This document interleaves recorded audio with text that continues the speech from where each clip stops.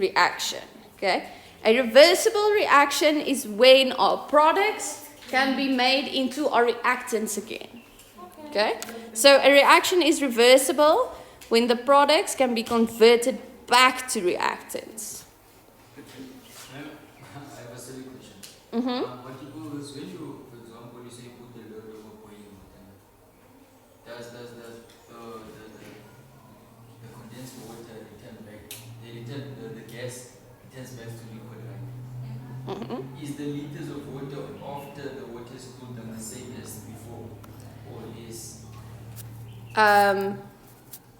Yes. Okay. Well, I'm going to explain that now because that is our next definition, the dynamic phase equilibrium.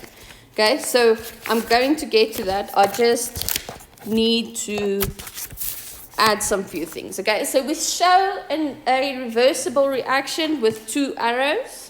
Okay, two arrows pointing like this. Okay. And okay, that comes later. So back to our open and isolated system. If a system is open, the total mass of the system will change. Yeah, it will decrease because some of our products are escaping into the environment, like our steam if we boil the water. Okay? But if we have a closed or isolated system, okay, that means the lid is on our water, right? Okay? And the mass of this system will stay constant. Okay? Because none of our products are escaping.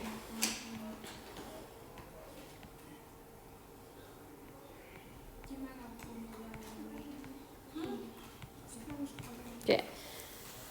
So, for example, a reversible reaction. Okay, if we once again use the water as an example. We start with water in liquid form. Okay, then it can go into water in gas form.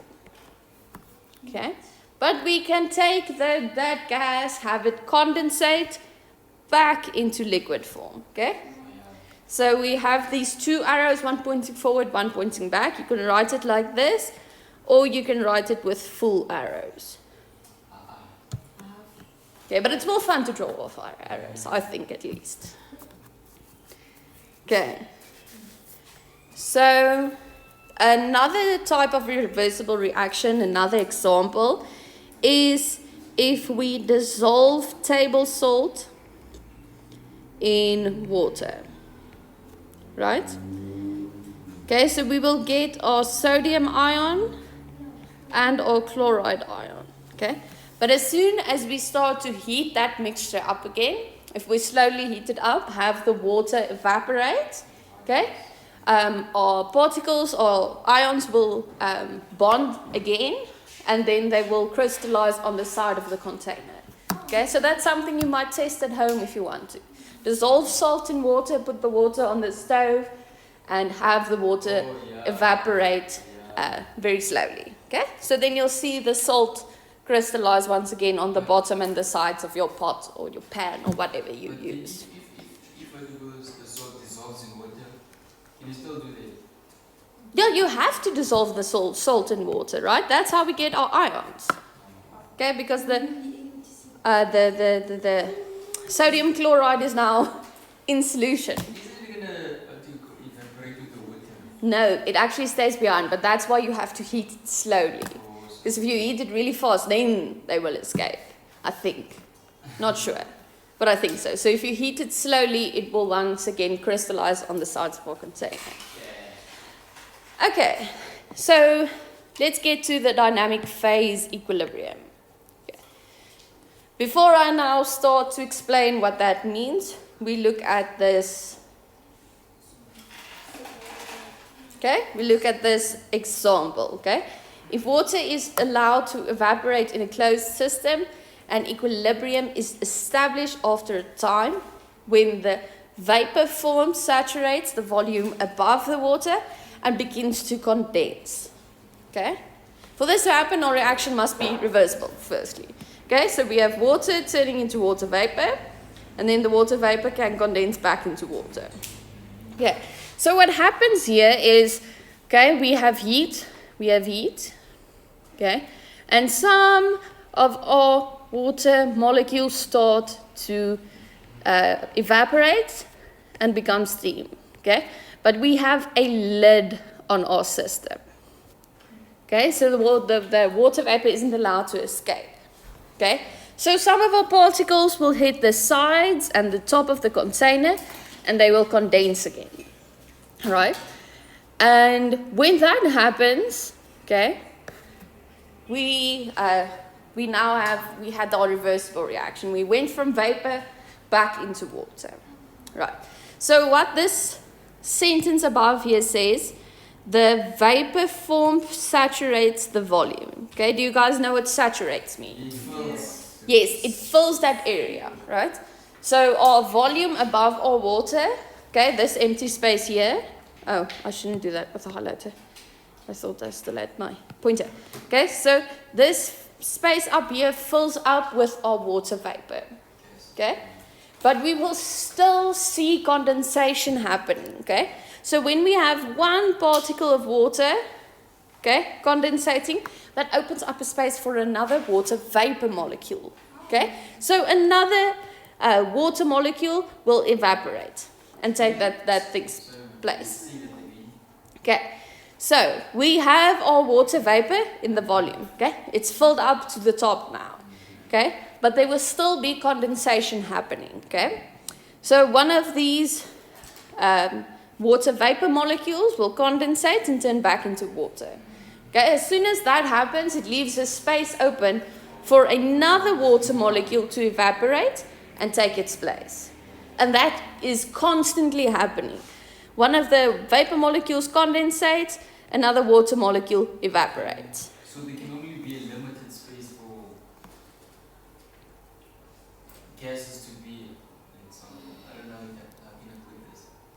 Like if you say ma'am, one has to go down for another long paper, which means there's only a limited space for few gases in the container. Yes. Okay, so there's only a limited space for our water vapor to fill up. Okay, as soon as one condensates, it opens up a space and a new water molecule can evaporate. Okay, so our arrows here show upwards is evaporation and downwards is condensation. And as we can see, our arrows are the same side. If we now look at our open system, we can see there is a lot more evaporation than there is condensation, right? Because our water vapor is escaping into our environment, okay? But there might still be a few molecules that will condensate on the side of this beaker, okay? So that is why we still have a condensation, okay? It's just not as big, okay? Now back to the closed system, we can see that our arrows are the same side. So the water condensating and the other water evaporating happens at a constant rate. Okay? So it reaches a chemical equilibrium, right? So our individual particle states are changing, but the state of our whole system is not changing. Okay? So this is what we call dynamic phase equilibrium. Okay? So we have an equilibrium. Right, our forward reaction is happening at the same rate as our backwards reaction. Okay, water is turning into water vapor at the same rate. Water vapor is turning back into water. Okay, so we call this dynamic because it's constantly happening. Phase because we are changing phases from water to gas, or from liquid to gas, and from gas back to liquid. And equilibrium. Okay. Because the whole state of our system does not change. It's constant. Okay. So we call this our dynamic phase equilibrium. Okay. Because the evaporation and condensation are constantly occurring at the same rate. Okay. But important to note, this is after equilibrium is reached. Okay. Because before, when we first start heating our water, right, there's still a lot of volume to fill by our water vapor, okay?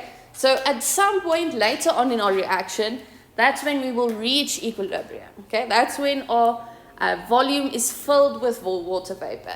And then the constant reaction is happening from turning from water vapor back into water, water turning into water vapor. Okay, so after equilibrium is reached. Yes? So ma'am, let's say that the closed system, but the water is filled almost to the top. Yes? And there's only a small space for water to boil. Yes. What's gonna happen? Is the water gonna leak out? That it depends on the system, because we are looking at a very idealistic system, okay? In reality, if we have a glass container sealed with water boiling in it, the pressure will become so much the glass will shatter. Okay? So we're working in an ideal system. So no water will leak, no, the system won't, or the beaker won't break. Okay. Now we get to the next equilibrium, chemical equilibrium. Okay? So that is still a dynamic type of equilibrium. Our forward reaction is happening at the same rate as our backwards reaction. Okay? And that is chemical equilibrium, but it's not phase equilibrium because we're not changing phases. We have something like, let me see if I can find a example. Cobalt chloride plus water, which gives us cobalt water, cobalt hydrogen, and chlorine. Okay, so you see we have different elements now. We are not only working with one substance. Okay, that is where we work with chemical equilibrium. Is when we work with different substances, different molecules, different stuff. Okay, so chemical equilibrium is a dynamic equilibrium when the rate of the forward reaction equals the rate of the reverse reaction. Okay, so this here is a mistake. This must be a C. Okay, so hopefully you guys know T is for temperature, C is for concentration. Ooh. Concentration, and P is pressure. Okay, so we have conditions for a chemical equilibrium to be present, okay, to have chemical equilibrium. We must have a closed system, right, because we can't have our products escaping into the air and then expect those products to react with one another and then turn back into our reagents, right? Okay, so closed system, it must be a reversible reaction. Okay, so when we dissolve the zinc into the hydrogen chloride, right, that's not a reversible reaction. We can't just let it stand and expect the zinc to turn into zinc chloride and the zinc chloride to turn back into zinc. Okay, it's not a reversible reaction. Okay, and obviously then our temperature, concentration, and pressure must remain constant.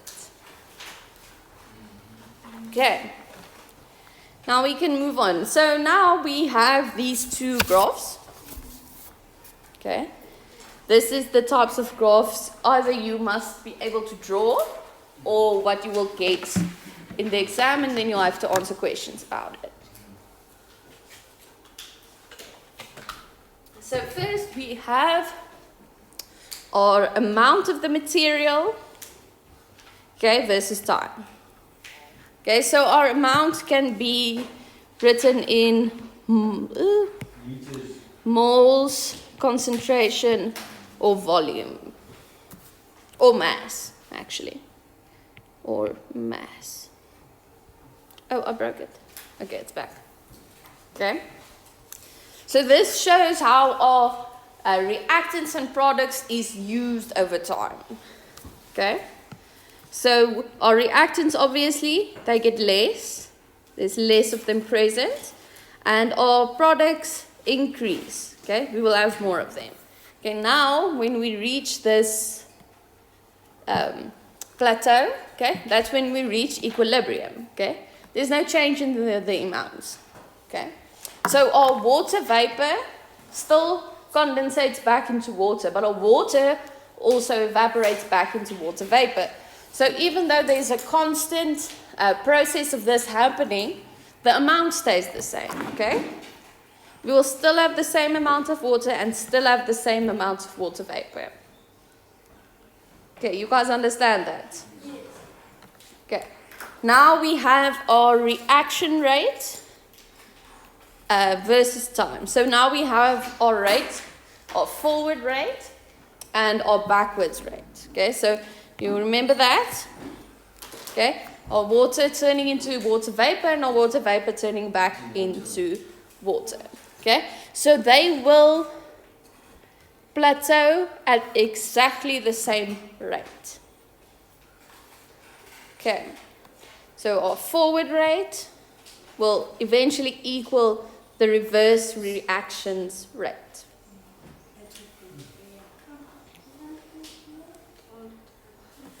Okay, so we have here a few examples.